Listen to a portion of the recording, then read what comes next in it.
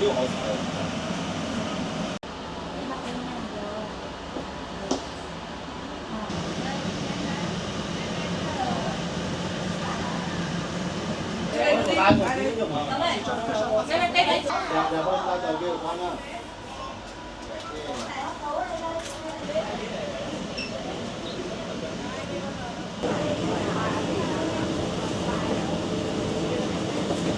6, số 7.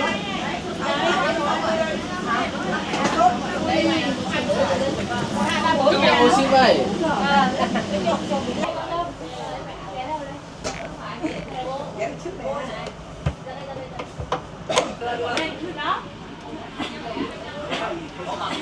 Ngồi đó.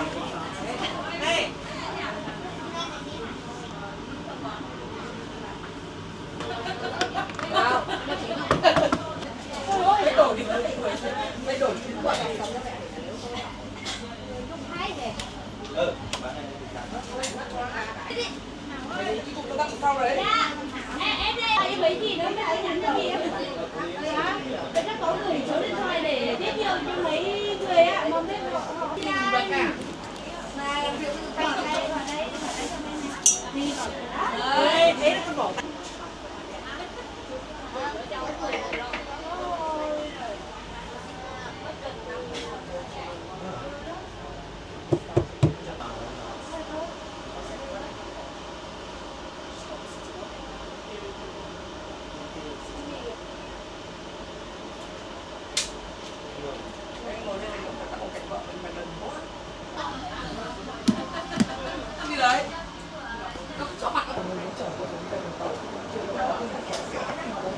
đúng rồi, gọi mà đi một xe luôn. Đúng nhá.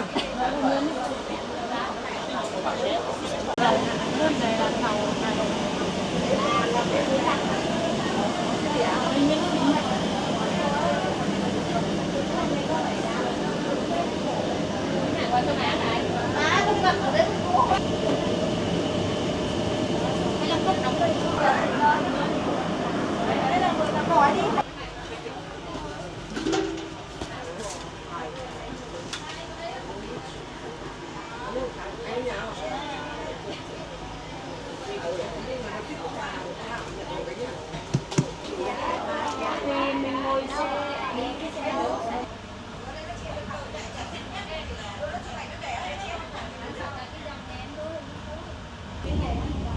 Bye bye.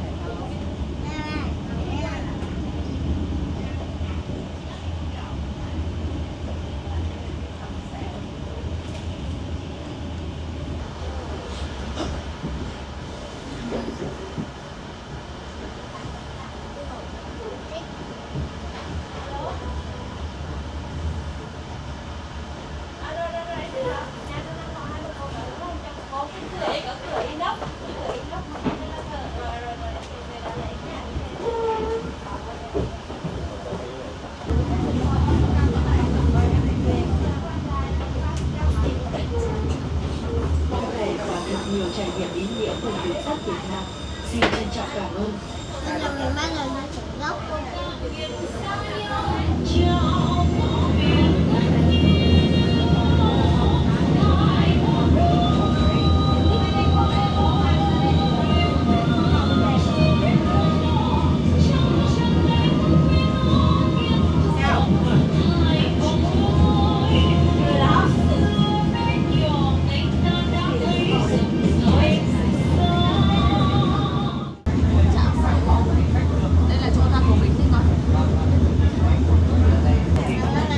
Em uống cà phê trắng không hay nước nóng hay nước dừa?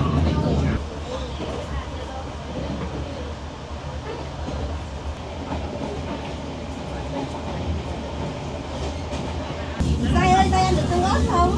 Dạ em ăn được. Mì que gì vậy nhà mình? Thấy bánh mì que.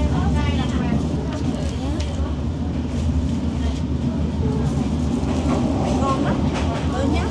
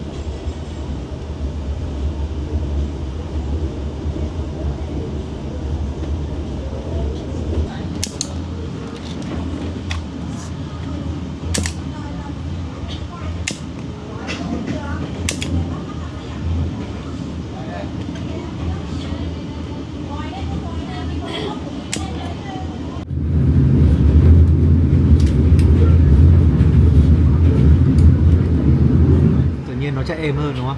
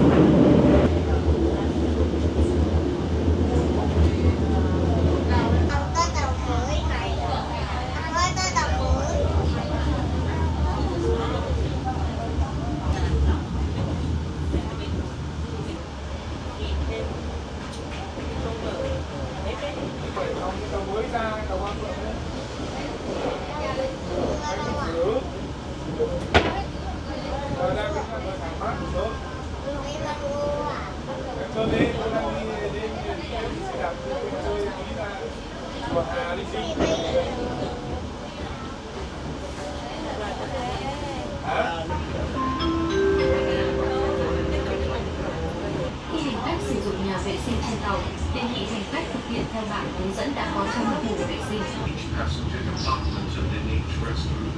Please put the garbage in the right place. When using the restroom,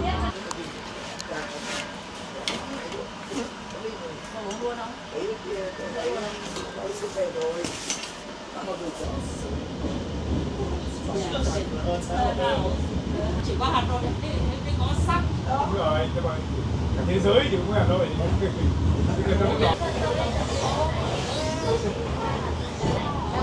Vẫn còn cả cái mạo hiểm.